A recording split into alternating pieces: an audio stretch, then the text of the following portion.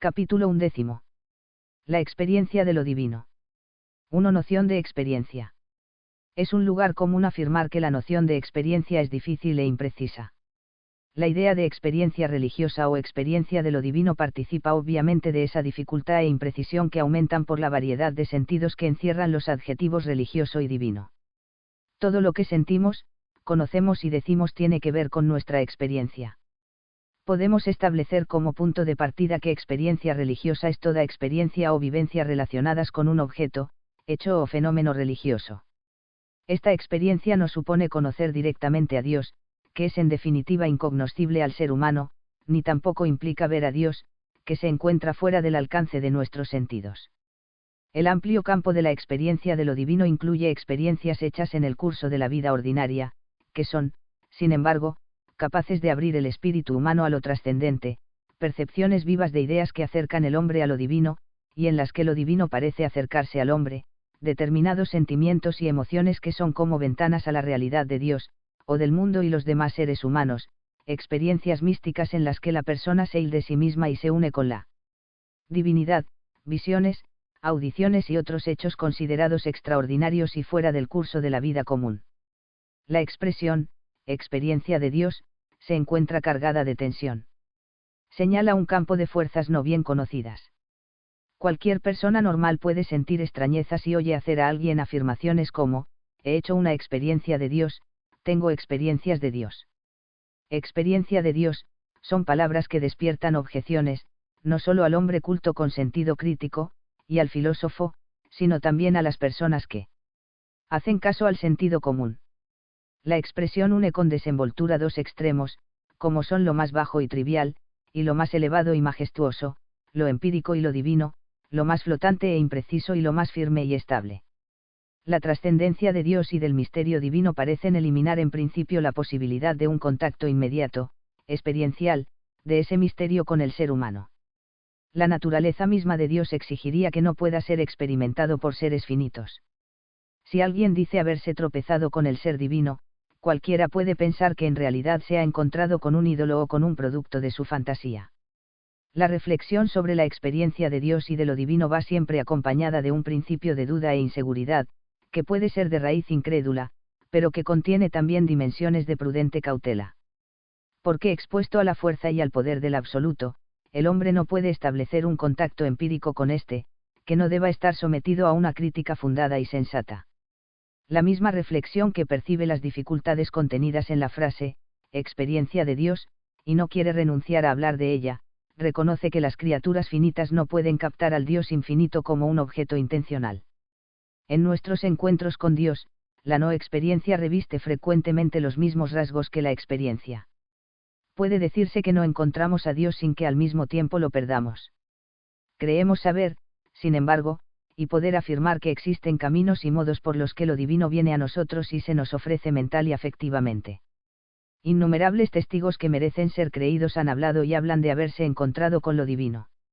Los creyentes experimentan circunstancias y sucesos de sus vidas como encuentros con Dios, igual que en la percepción común vemos una silueta o forma que nos parece la de un animal, un determinado objeto, o una persona. Es, por lo tanto, tan racional y sensato para el hombre y la mujer religiosos considerar lo que juzgan ser experiencia de Dios como algo verídico, como otras personas consideran verídica su experiencia del mundo físico. Pero las experiencias religiosas que realmente plantean cuestiones al filósofo de la religión son las de naturaleza mística, que necesitan ser consideradas críticamente en su autenticidad y contenidos de verdad.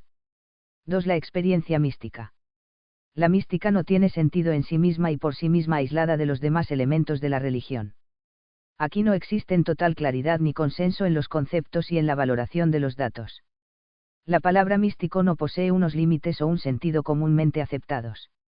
En un sentido amplio, mística es cualquier experiencia que una persona considere como contacto inmediato con una realidad espiritual.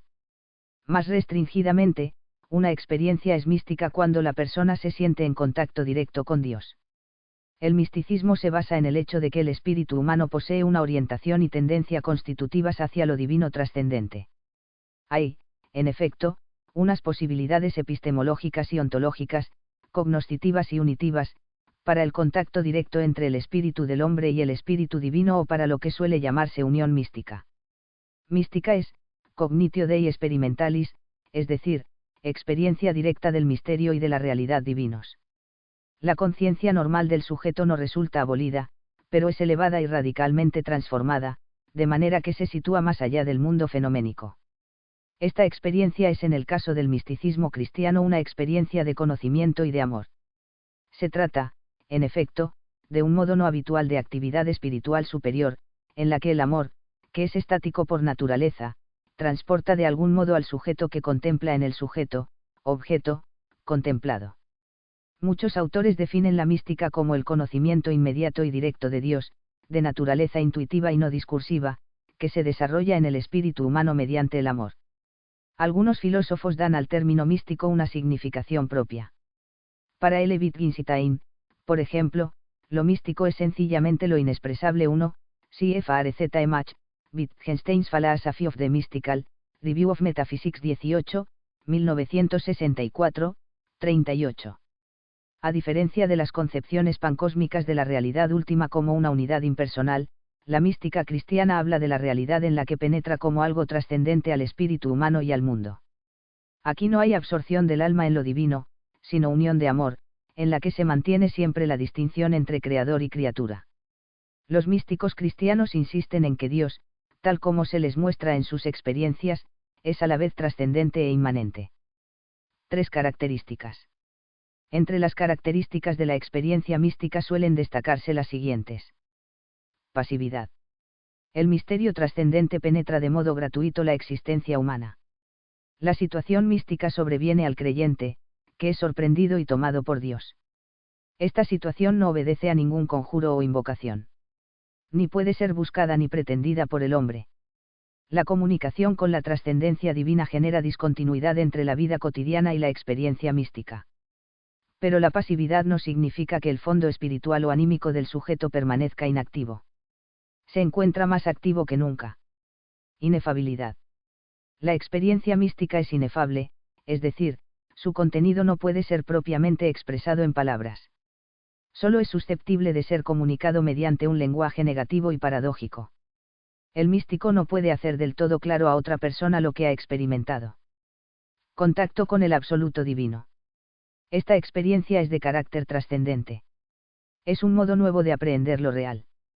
El místico alcanza el límite de su propio ser, así como una pura conciencia de sí mismo, que le lleva a percibir el fundamento de su identidad con el principio divino. Es un estado tradicionalmente descrito como unión con Dios. Carácter no ético o cognoscitivo.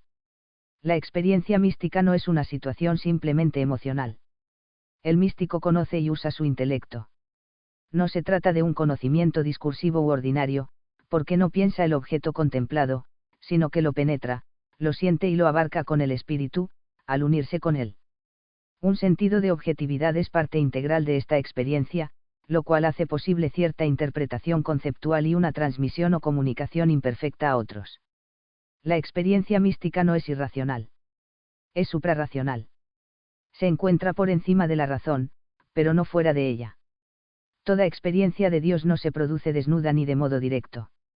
Se halla siempre situada, es decir, mediada por el mundo exterior al creyente. A Dios no podemos experimentarle de modo inmediato. Cuando hablamos de experiencia mística inmediata no queremos decir que se trate de un dato originario independiente de todo condicionamiento. El sujeto experimenta la realidad espiritual y la capta según las formas y apoyos mentales y sensibles que le suministra la tradición religiosa de la que depende. El ser humano hace su experiencia de lo divino a través del mundo finito, como punto de partida fenoménico que es trascendido en un determinado instante. El yo interior contribuye activamente a la experiencia, pero el estímulo que la provoca no es únicamente interior, sino que proviene del mundo creado, de la historia humana, del encuentro con los otros seres, de lo cotidiano. La experiencia religiosa se origina en, con y bajo nuestra experiencia habitual. Las experiencias místicas pueden ser ambiguas.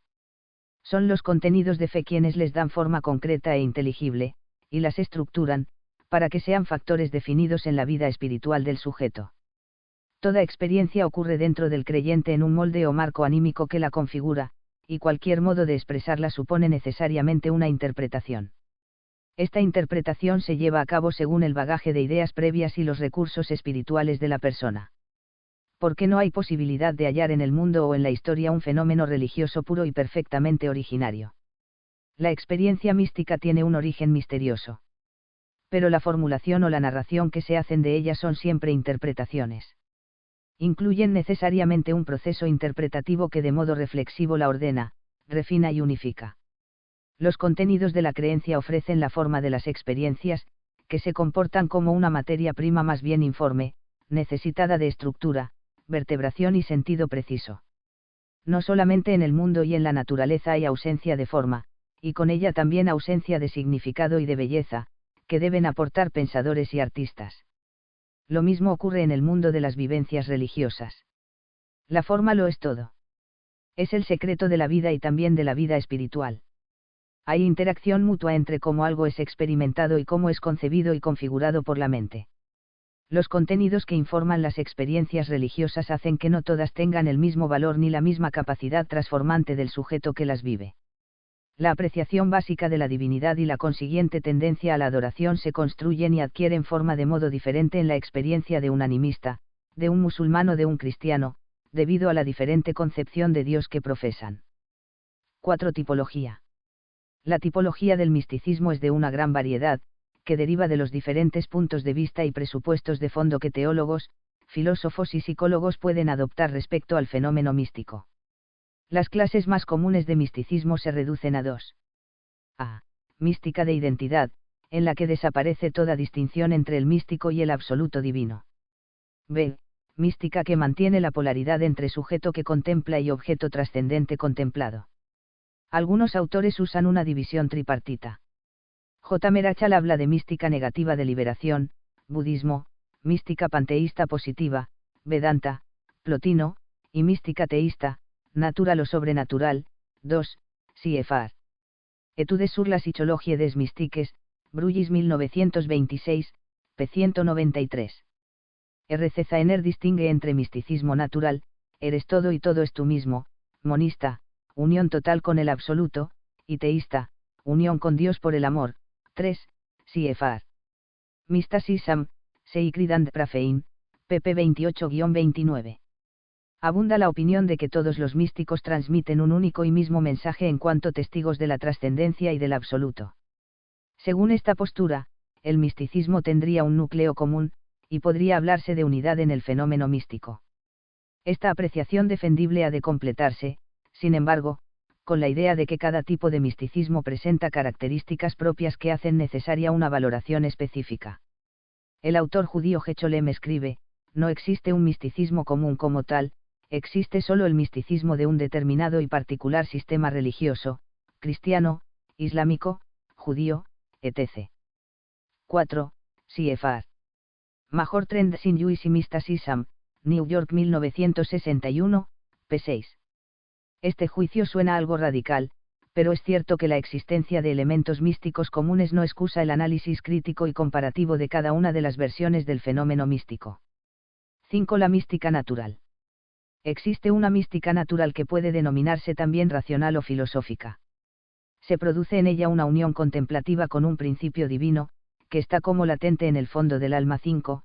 CFR. Ancilli, Le Mystiche non Christiane, en la mística, Roma 1984, volumen 2, pp. 514-525. Estas experiencias profundas son esencialmente fenómenos naturales, es decir, obedecen a potencialidades anímicas del sujeto, se encuentre o no elevado por la gracia. Hay un dinamismo trascendente en el conocer humano y consiguientemente un impulso o tendencia fundamentales de la mente a la unión con el absoluto. Algunos fenómenos místicos que ocurren en el seno de religiones determinadas no pueden ser calificados en realidad como experiencias religiosas propiamente dichas. Son experiencias límite, debidas a la capacidad natural del espíritu humano de trascenderse a sí mismo y de unirse por unos instantes con el fondo del ser.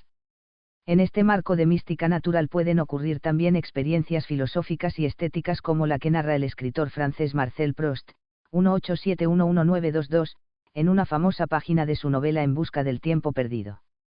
Escribe Proust, un día de invierno, al volver a casa, mi madre, viendo que yo tenía frío, me propuso que tomara, en contra de mi costumbre, una taza de té. Primero dije que no, pero luego, sin saber por qué, volví de mi acuerdo.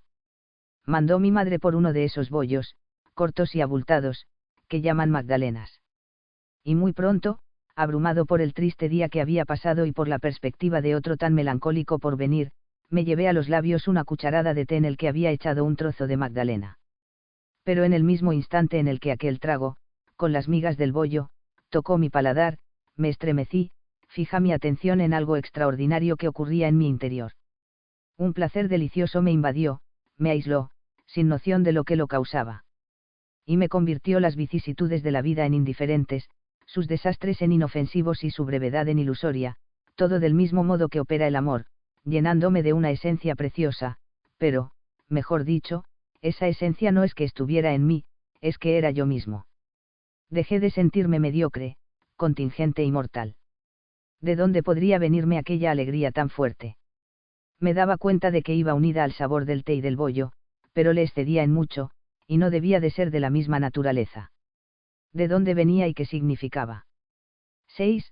Por el camino de Swan, traducción de Pedro Salinas, Madrid, colección Millennium 1999, pp 44 a 45. CFRRZNR, Godor Nature. Prostandrambow, en Mystasism. Sacred and Profa, Oxford 1961, pp 50s. No se trata en este episodio de una experiencia religiosa, pero todo indica que el espíritu humano oculta misteriosas posibilidades de conectar con los niveles más profundos de la realidad. Se aproxima a esta clase de experiencias, o tal vez coincide con ellas, la vivencia que el literato norteamericano Thornton Wilder, 1897 a 1975, atribuye a Julio César, que al parecer padecía ataques de epilepsia, la enfermedad sagrada de la antigüedad. Wilder pone en boca de César las siguientes palabras: en los paroxismos de mi dolencia me parece captar la clara armonía del universo, me invaden una dicha y una confianza inefables. 7. CFR. Los idus de marzo, 1948. Un personaje mencionado por el autor hindú Sankara, siglo VIII, destacado representante de la escuela filosófica Advaita Vedanta, habla de la absorción en Brahman en los siguientes términos: el yo ha desaparecido. He llegado a ser consciente de mi identidad con Brahman, y así todos mis deseos se han esfumado. Me he alzado sobre mi ignorancia y mi conocimiento de este universo aparente. ¿Qué es esta alegría que siento? ¿Quién puede medirla? No conozco otra cosa que una alegría ilimitada y absoluta. El tesoro que he encontrado no puede describirse en palabras. La mente no es capaz de concebirlo. Mi mente cayó como granizo en el vasto espacio del océano de Brahman. Al tocar una gota de esa lluvia me derretí, y devine una sola cosa con Brahman. ¿Dónde está este universo? ¿Quién se lo llevó? Se ha fundido en algo distinto. Hace un momento lo veía y ahora ya no existe. ¿Hay algo aparte o diferente de Brahman? Ahora conozco final y claramente que soy Atman, cuya naturaleza es eterna alegría. No veo nada, no oigo nada, no conozco nada que se encuentre separado de mí. 8. Sankara's Cruel of Discrimination, trad. Swami Prabhavananda, New York 1970, pp 103-104. Las experiencias que reflejan estos textos no son propiamente religiosas, y por tanto, no suscitan al filósofo de la religión necesidad alguna de comprobación. Son vivencias de un sujeto que no dice ni pretende haber entrado en contacto con ninguna divinidad, y menos aún con el Dios de las religiones teístas. Hay narraciones, por el contrario, que recogen verdaderas experiencias místicas y que difieren hondamente en ese aspecto crucial de los fenómenos mencionados más arriba. En un texto de Teresa de Jesús, de entre los muchos que podrían citarse, leemos, algunas veces, y casi de ordinario, en acabando de comulgar, descansaba, y aún algunas, en llegando al sacramento, luego a la hora que daba tan buena, alma y cuerpo, que yo me espanto. No parece sino que en un punto se deshacen todas las tinieblas del alma, y salido el sol conocía las tonterías en que había estado. Otras, con sola una palabra que me decía el Señor, con solo decir, no estés fatigada, no hayas miedo, como ya dejó otra vez dicho, quedaba del todo sana. Regalábame con Dios, quejábame a él cómo consentía tantos tormentos que padeciese, mas ello era bien pagado, que casi siempre eran después en gran abundancia las mercedes. No me parece sino que se hile el alma del crisol, como el oro, más afinada y clarificada, para ver en sí al Señor. 9. Vida de Santa Teresa de Jesús escrita por ella misma. 30. p. 14. Esta biografía fue termi. 6. Comprobación de la experiencia.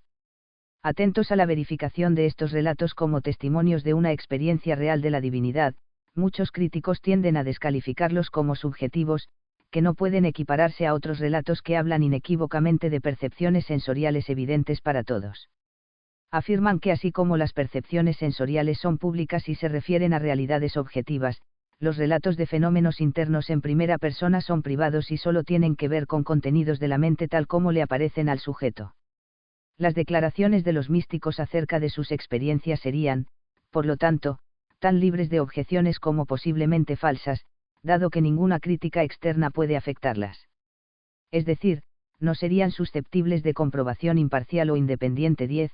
C.F.R. C.B. Martin, Religious Belief, Ithaca, New York, 1959, CV. Pero este modo de razonar se encuentra sometido él mismo a serias objeciones. Es cierto que los místicos están muy seguros, por lo general, de la validez objetiva de sus experiencias, pero ni ellos ni las comunidades en las que viven han considerado nunca que esas experiencias existieran al margen de posibles refutaciones por el hecho de ser privadas. Siempre han existido vías para demostrar que los místicos se equivocaban en sus afirmaciones de haber tenido determinadas experiencias, si era realmente así. Que un místico se equivoca de hecho, y habla de experiencias personales que solo existen en su imaginación, puede mostrarse si la realidad que dice percibir no existe, o si resulta de modo fehaciente que no ha percibido realidad alguna.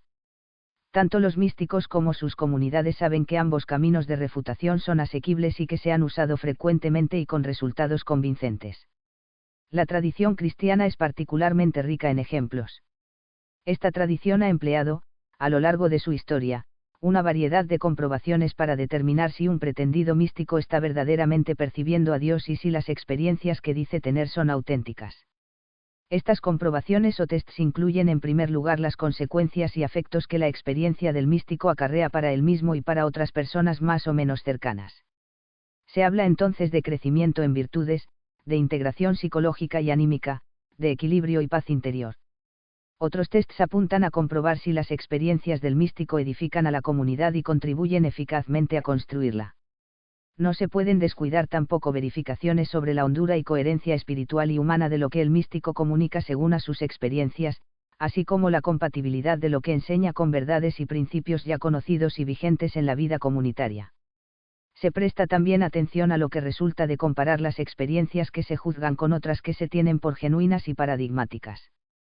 La valoración de las experiencias hecha por la autoridad religiosa suele ser decisiva. Parece sensato pensar que el encuentro verdadero con Dios producirá vibración espiritual, hondura de juicio y elevación de sentimientos, tanto en el místico como en quienes le rodean. Las diferencias de privacidad o carácter público entre la experiencia mística y la percepción sensorial ordinaria no son, por lo tanto, una buena razón para negar la validez cognoscitiva de aquella. Puede aducirse también como objeción al valor de las experiencias místicas que, contrariamente a las sensoriales, carecen de justificación independiente. Pero hay autores que juzgan imposible justificar racionalmente cualquier modo básico de experiencia sensorial, es decir, cualquier modo de experiencia que, si es fiable, nos proporcione un acceso primario a un dominio cualquiera de la realidad. No tenemos, por tanto, una vía independiente para establecer la realidad de los objetos físicos, o demostrar que nuestras experiencias sensoriales son sistemáticamente correlativas a la presencia de esos objetos.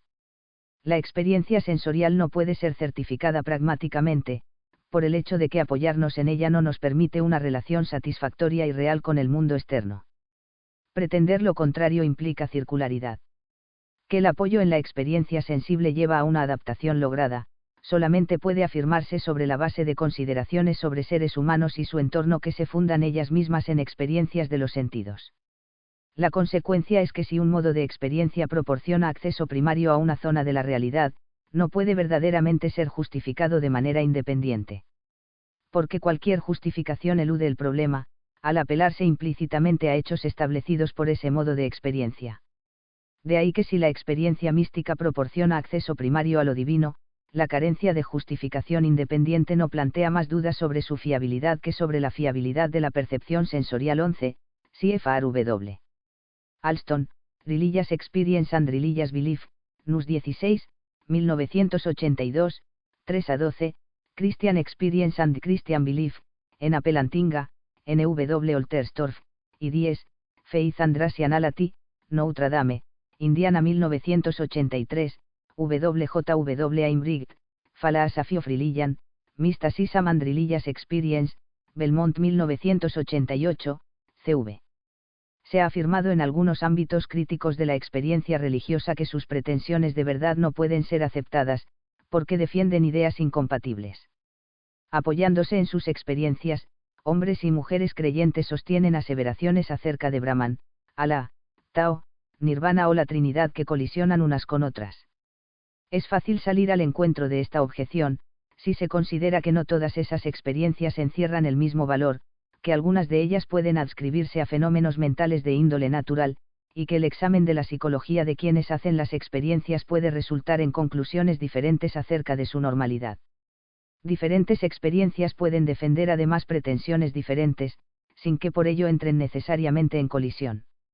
Es compatible afirmar que la naturaleza es una, misticismo natural, que el devenir escapa a nuestros conceptos abstractos y más bien estáticos, experiencia del vacío, que importa sobre todo la iluminación de que la realidad es impermanente, experiencia nirvánica, o que ha de buscarse la conciencia amorosa y unitiva con la trascendencia divina, misticismo teísta.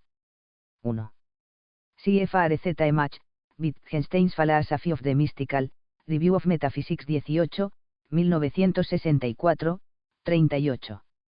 2. CFR.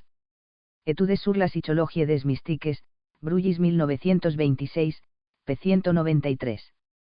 3. CFR. Mysticism, Sacred and Profane, pp 28-29. 4. CFR. Major Trends in Jewish Mysticism, New York 1961, p. 6. 5. CFR. Ancilli, Le Mystique non Christiane, en la mística, Roma 1984, volumen 2, pp 514-525. 6. Por el camino de Swan, traducción de Pedro Salinas, Madrid, colección Millennium 1999, pp 44-45. CFR RZNR, Godor Nature. Prostandrambou, en Mysticism. Sacred and Profa, Oxford 1961, pp 50s. 7. CFR. Los idus de marzo, 1948. 8. Sankaras Crest Jewel of Discrimination, trad. Svami Prabhavananda, New York 1970, pp 103-104. 9. Vida de Santa Teresa de Jesús escrita por ella misma, 30, p. 14. Esta biografía fue termi. 10. CFR CB Martin, Religious Belief, Ithaca, New York, 1959, CV. 11. CFR W.